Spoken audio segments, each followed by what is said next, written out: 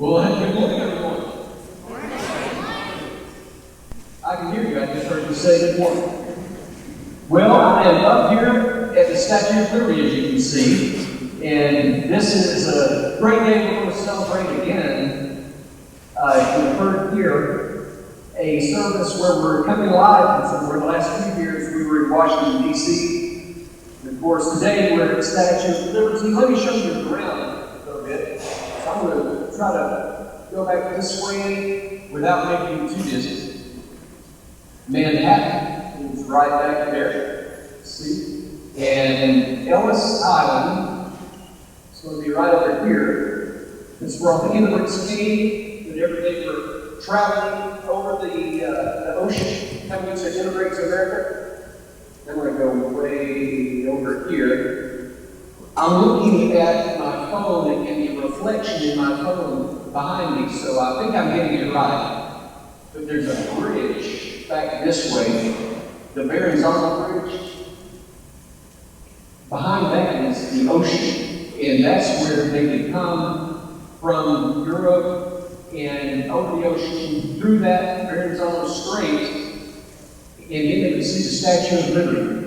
And you think about those immigrants, what they thought after so many days on the ocean, and then one of the first things they see is the Statue of Liberty. Well, today I'm going to talk about two things, liberty and providence, and how they intertwine together. Early Christians in America believed that God's providence provided them liberty, that the hand of God did that for them. So we're going to talk about that in the stories I've been filming this past week as I've driven up through Virginia and New Jersey. And so these stories are going to be about God's providence providing liberty to America.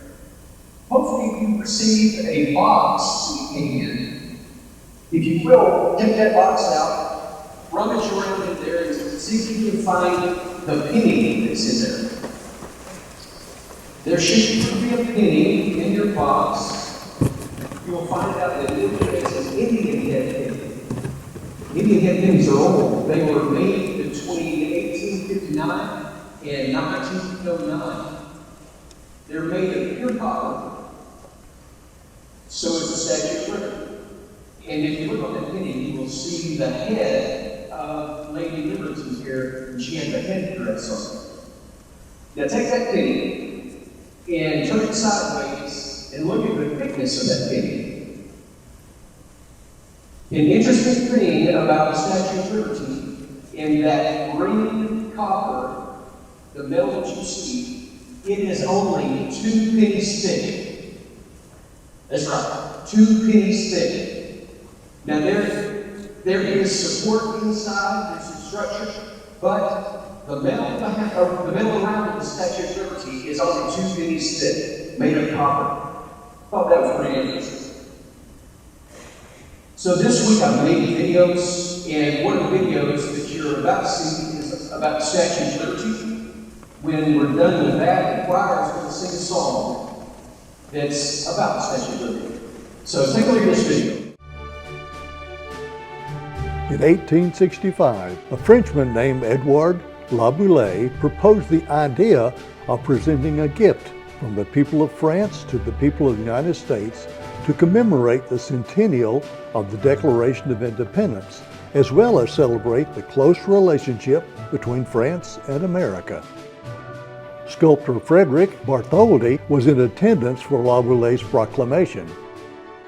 Bartholdi began conceptualizing the colossal structure that would soon be known as Liberty, Enlightening the World. Construction of the statue began in France in 1881. Over the next 3 years, as it took shape, the massive sculpture stood tall above the rooftops of Paris, awaiting her voyage across the sea.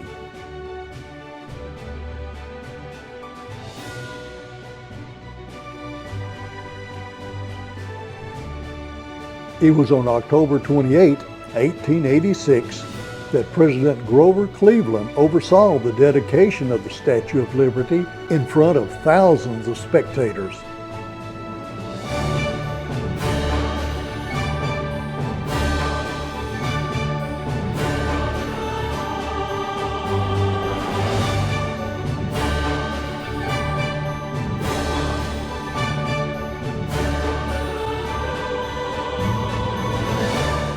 Bartoli's design encompassed much symbolism, her crown representing light shining out to the world. The tablet, inscribed with July 4, 1776, noting American independence, to symbolize the end of slavery, a broken shackle at the statue's foot. For the immigrant coming to America, she was a symbol of hope.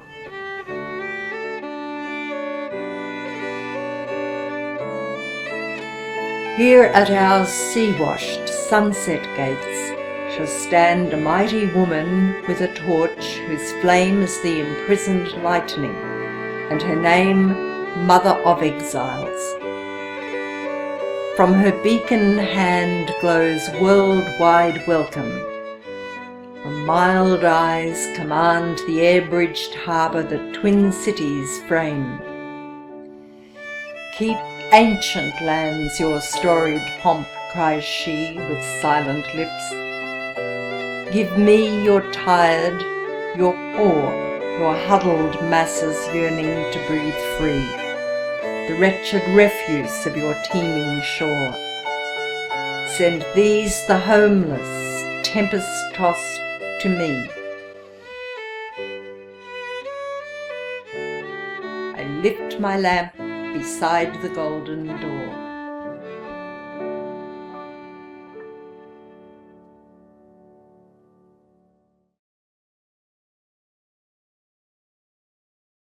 So the Statue of Liberty is the most recognizable symbol in America. The cross is the most recognizable symbol for the Christian.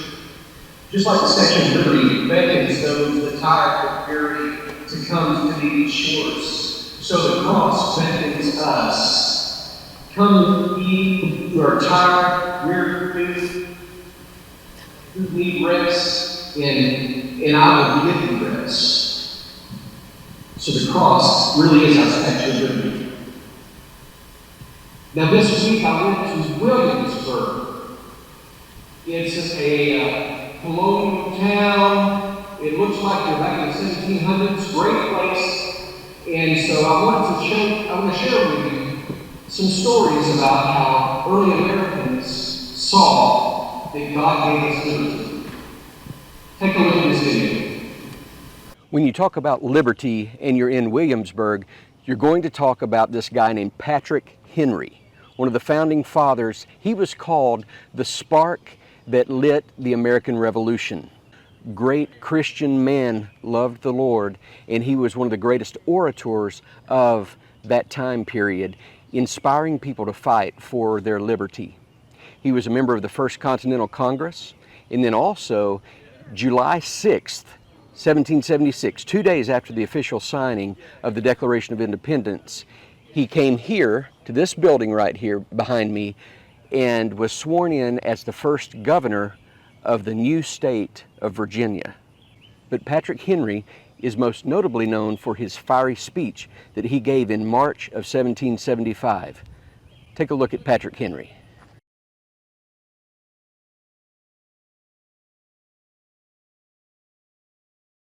They tell us, sir, that we are weak, unable to cope as such an adversary as Britain. But when shall we be stronger? Will it be next week or next year? Sir, we are not weak if we make a proper use of those means by which the God of nature has placed in our power. The great numbers of people in our country, armed in the holy cause of liberty, are invincible by any force which our enemy can send against us. Besides, sir, we shall not fight our battles alone. There is a just God that presides over the destinies of nations, who will raise up friends to fight our battles with us. The war has actually begun. Our brethren are already in the fields. Why stand we here idle? Is life so dear, or peace so sweet, to be purchased by the chains of Britain? Forbid it, Almighty God! I know not what course others may take, but as for me, give me liberty or give me death!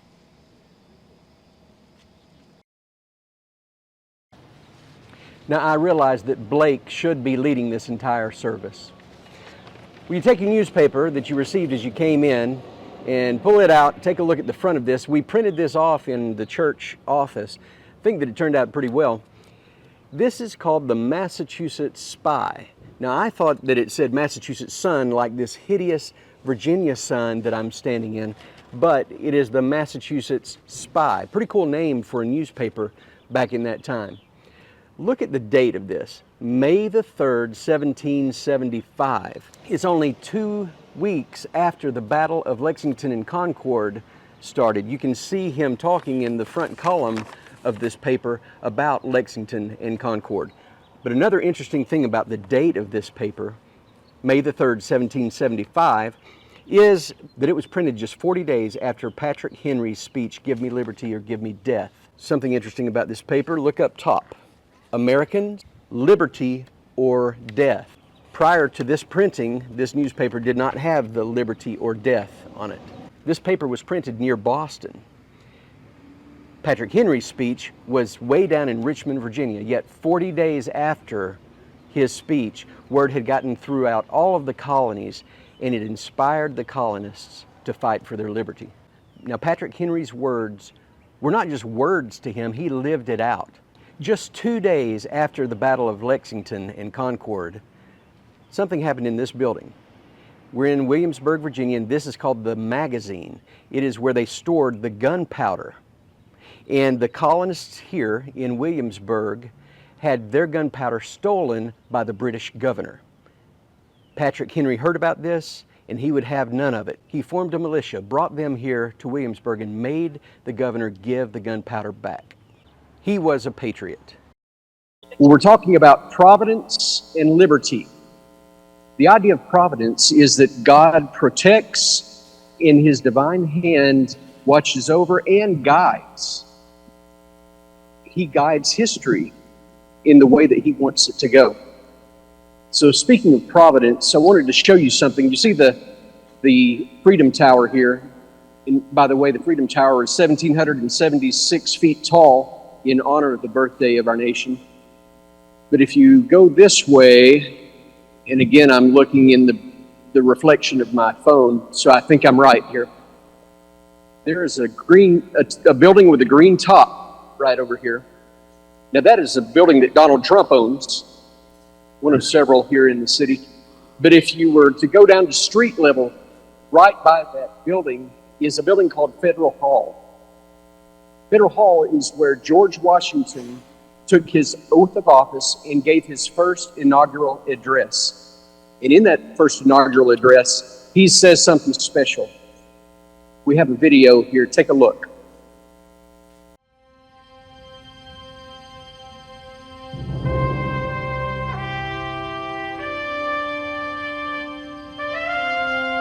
No people can be bound to acknowledge and adore the invisible hand which conducts the affairs of men more than those of the United States.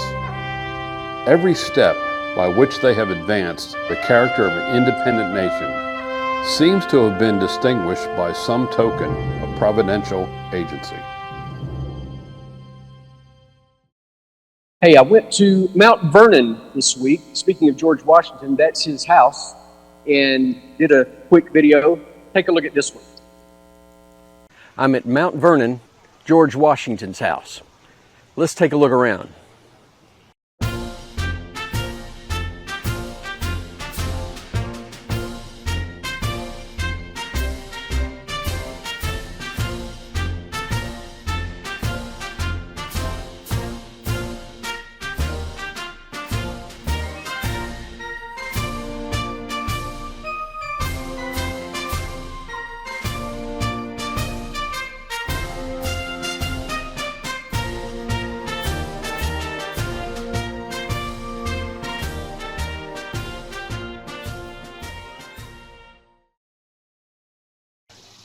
Washington was a committed Christian.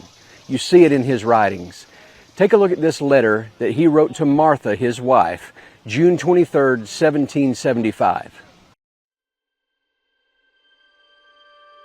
My dearest, as I am within a few minutes of leaving this city, I could not think of departing from it without dropping you a line, especially as I do not know whether it may be in my power to write again until I get to the camp at Boston. I go fully trusting in that providence, which has been more bountiful to me than I deserve, and in full confidence of a happy meeting with you sometime in the fall. I retain an unalterable affection for you, which neither time or distance can change. Your entire George Washington. Now, if you will take your box and look and see if that little metal ball is still in it. It might have rolled out down the aisle somewhere, but if you can find that, pull that out, take a look. Parents, don't let your children swallow it. This is a tiny musket ball. Now, this is small. This is what you would use to hunt squirrels, little game. Back in the Revolutionary War, the musket balls that they used would have been 3 or 4 times larger than this. But take that musket ball in your hand, take a look at it, because I want you to think about these being shot at George Washington. He had so many of these flying at him, and you're going to hear stories in just a moment of all of these close calls, that these musket balls were headed toward him, but they did not hit him. Now, why didn't they hit him? Was it just chance? Or did God have plans for our future president? Take a look at some of these stories where George Washington says that the hand of providence protected him and watched over him. At just 23, George Washington became famous for his ability to inexplicably escape death. He was assigned a task of making a 500-mile round-trip journey from Williamsburg to northwestern Pennsylvania on a military mission. On his way back to Williamsburg, he encountered deep snow, ice, and excessive cold. It made it impossible to continue with his horses and hired helpers, so he traveled the remaining 200 miles on foot with only a veteran frontiersman named Christopher Gist. On their journey, they picked up the services of an Indian guide who offered to show them the best way through the forest. At one point of the journey, the Indian ran ahead 15 paces in front of them and turned and fired a musket at Washington. It somehow missed, maybe because God had plans for the future president. As they went further, they came to a river flowing with rapids and ice. Washington fell off a makeshift raft, but was able to grab the edge of it and hold on until it came to an island. They endured the night frozen and miserable. Washington finally arrived in Williamsburg. The governor insisted that Washington write about his journey. In doing so, Washington became famous throughout the colonies. He would have many more near misses and harrowing escapes throughout his life.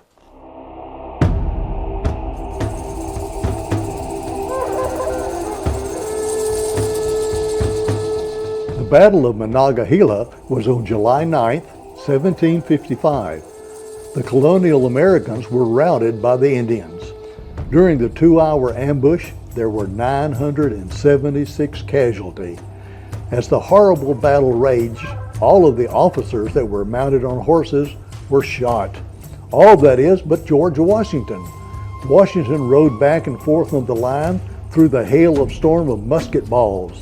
A British soldier recorded, "I expected every moment to see him fall."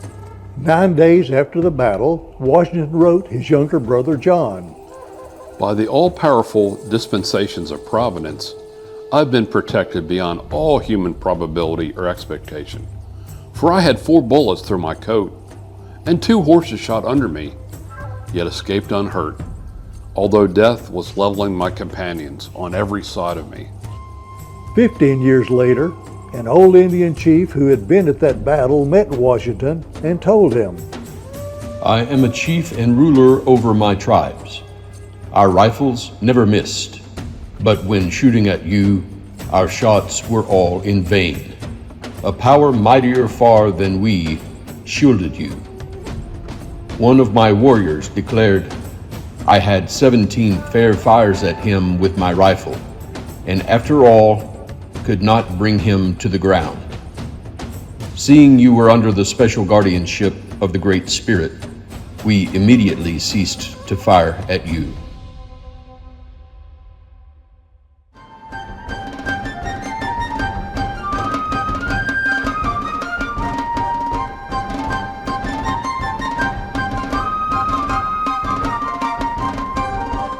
During the early spring of 1776, the British were in control of Boston with a mighty fleet of ships in the harbor. George Washington brought his army to a surrounding hill called Dorchester Heights, overlooking the harbor. British General Howe ordered an amphibious nighttime assault where they planned to take the American position. However, mysteriously, as the sun set just before the attack, a southeaster of gale proportions hit the Boston area. Windows were shattered in the town, fences knocked down. 2 British transports were blown ashore. The fleet in the harbor was driven foul of each other and from their anchors. Up at the hill of Dorchester Heights, sleet made the frozen ground so slippery that it made the thought of British troops ascending the slope unthinkable. When General Howe saw that Washington now had the upper hand, he realized that he had no other choice but to order the British troops to evacuate. Countless times throughout the Revolutionary War, weather would mysteriously cause the Americans to prevail. So you see that we are telling stories about God's providence protecting people and causing events to occur. That is what the early Americans believed. They believed that God's hand of providence was on them and directing their history. We're going to see a few more stories like we have just seen. And what I've done, I've made videos throughout this week, and there's a special program, or there's more than one. There's several programs now that use artificial intelligence. It's an app. And you can type in what you want it to create as an artwork. So you can think of any kind of artwork that you want, type in the words. And I used this on some of these videos so that I could come up with a good picture. But every now and then, these AI tools don't get it right. They miss the mark. Such as, I typed in George Washington on a makeshift raft falling in a snowy river. And some of those pictures didn't turn out very good. I thought I would share with you a little montage of some of those pictures.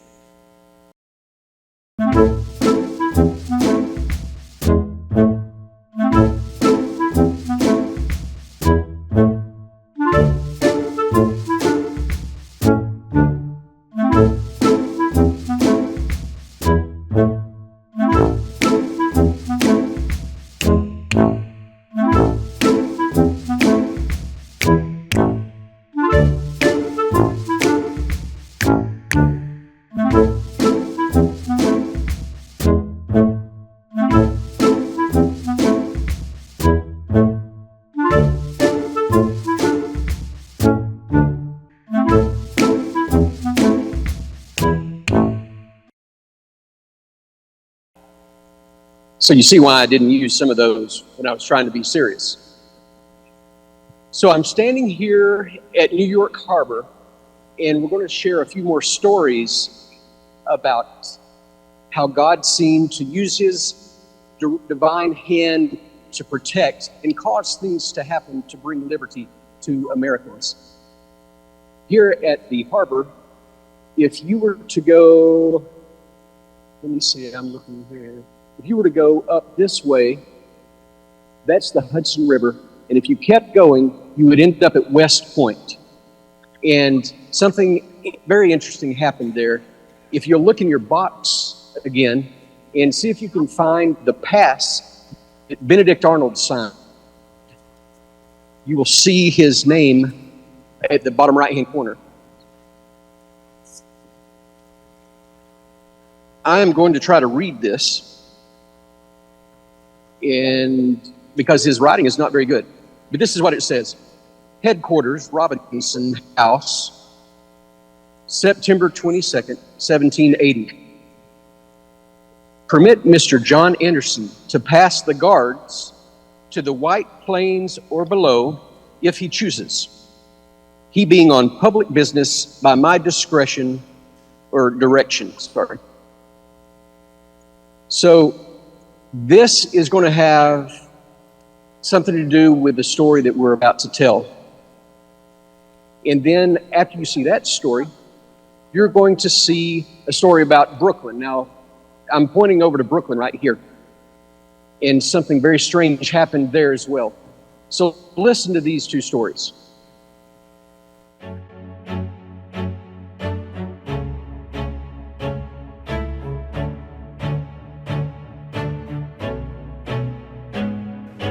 In the fall of 1780, the treasonous action of General Benedict Arnold was discovered by a surprising turn of events. The American garrison at West Point was a key position for control of the Hudson River. Benedict Arnold was at that time a general in the American Army and in charge of West Point.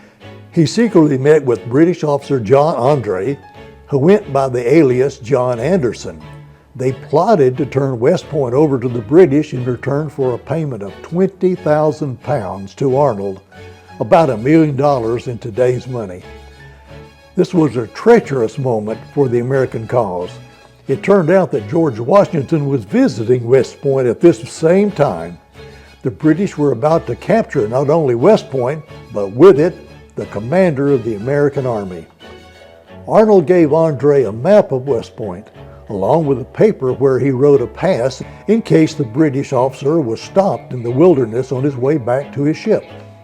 Major Andre was dressed as an American civilian so that he would not be noticed.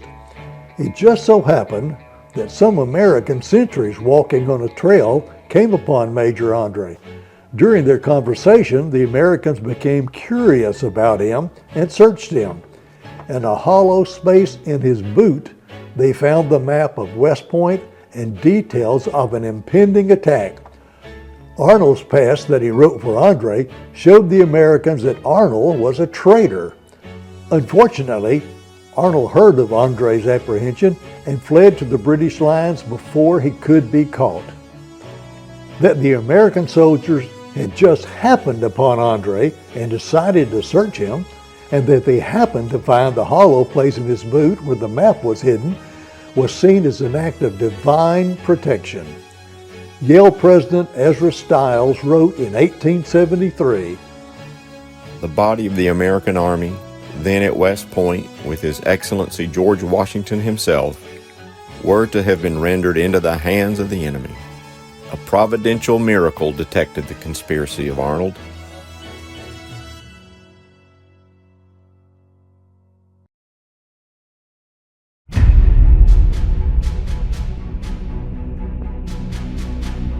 In August of 1776, General Howe had a British force of more than 400 ships and 32,000 troops stationed around Staten Island in New York Harbor.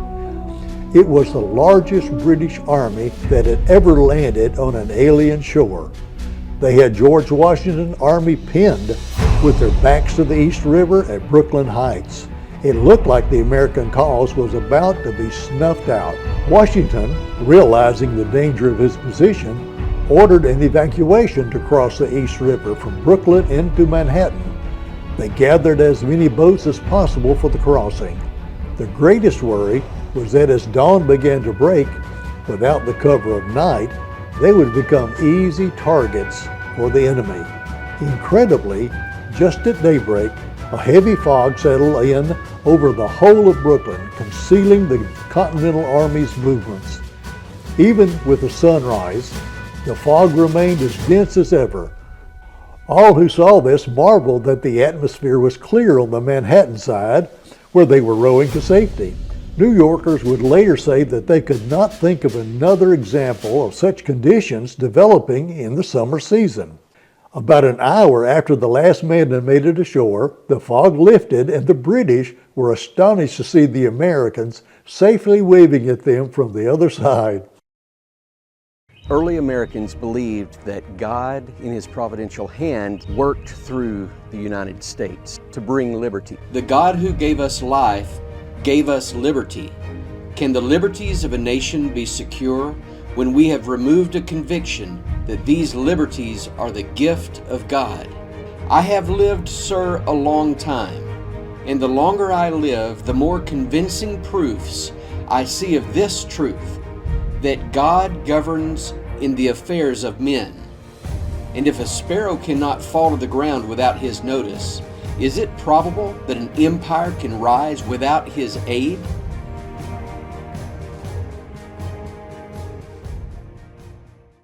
So we see that God works through nations to steer their course and their history the way that He wants them to go. And that's obvious in the Scriptures. You look at the Old Testament, you see the nation of Israel and how God worked through the nation, through events, through people, to bring about His purpose, to make happen what He wanted to make happen, His plan. But what about individuals? What about us? Does His providential hand work in individual lives? So as Christians, we believe that God is in control, that He loves us, and that He knows us, and that He goes along in our history, in our lives, and brings certain things about that He wants. So since God is in control, this providential God that has His hand in our lives, let me mention a few thoughts. One, since God is in control and He's on our side and He loves us, don't worry. Now that's easier said than done, right? However, have you ever been in a place in your life where you have had stress, anxiety, you've been worrying for a long period of time, and then all of a sudden the Holy Spirit speaks to your heart, lightens that burden, you stop worrying, and you're liberated in your relationship with Him because you let go and you enjoy the reality that He is in control. Isn't that liberating? And I'm using the word liberating with our idea of liberty today. There's a passage in Matthew that most of you are probably familiar with, and it is so good to look at this passage in the context of God's providence. Take a look at this.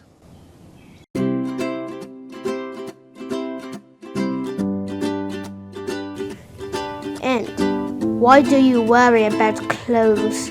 See how the flowers of the field grow.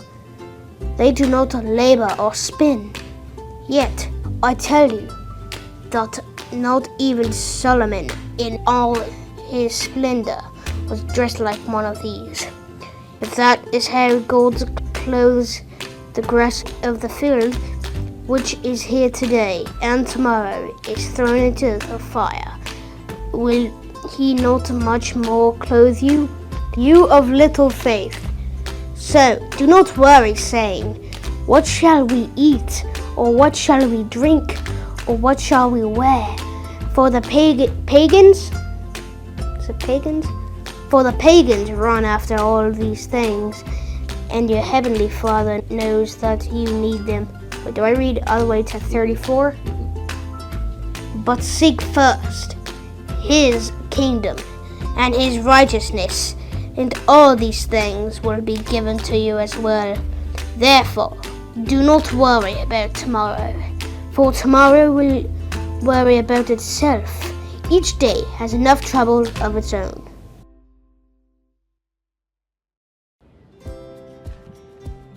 Well, how about this for a change of scenery? We were just in Williamsburg, colonial Williamsburg, back in the 1700s. Now we are standing on the other side of the Hudson River from Manhattan. As I was talking about God being in control, I was saying one thing that you think about with that in His providence is that you should not worry. Let us try not to worry. Another thing to think about with the providential hand of God on our lives is that He has numbered our days. Psalm 139 says that you knew the number of my days before I was born. God has numbered your days. In Psalm 90, Moses says, Lord, teach us to number our days. See, God has numbered our days. We need to number our days. Now, what does Moses mean by that in Psalm 90? Lord, help us to live our lives and not just be walking through life asleep, but let us know you. Let us be filled with your Spirit and in touch with you. So let us number our days.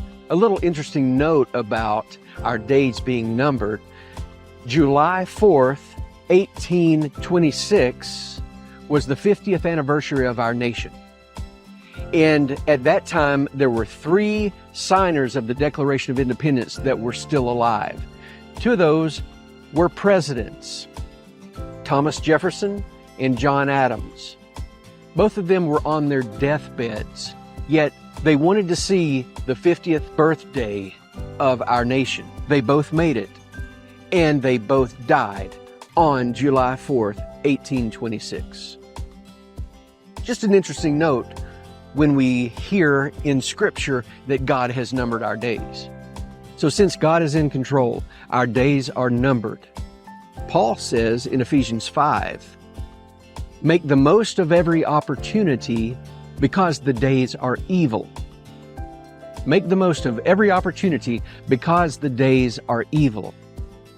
Let us try to do things that are meaningful in life.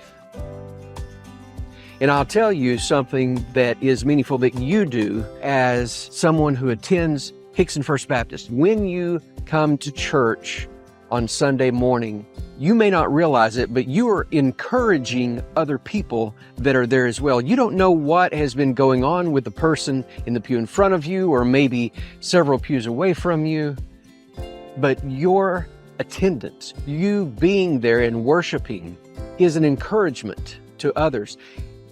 As we gather together, you are doing something meaningful by even just being there and being a part. And so many of you serve and you come to church with a smiling face. You encourage others. We have such a wonderful church, and what you do is meaningful. So again, Ephesians 5:16, make the most of every opportunity since the days are evil.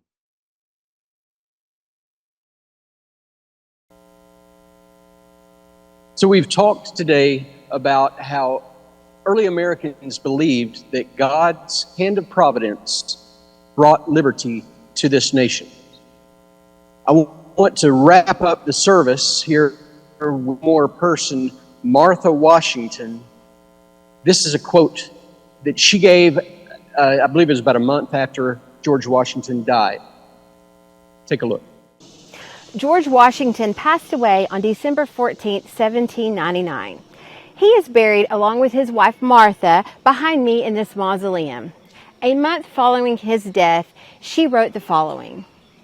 When the mind is deeply afflicted by those irreparable losses which are incident to humanity, the good Christian will submit without repining to the dispensations of divine providence and look for consolations to that being who alone can pour balm into the bleeding heart and who has promised to be the widow's God.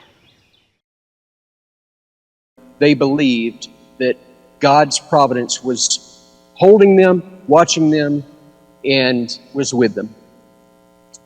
So I hope you've enjoyed the service today. I enjoy doing these services. It's a lot of fun. I do want to say that there are some people that made this happen. We appreciate those that did the voiceovers, Hal Cooling, Harold Fraker, and John Alvis. Thank you guys for what you did. You guys did a great job in voiceover.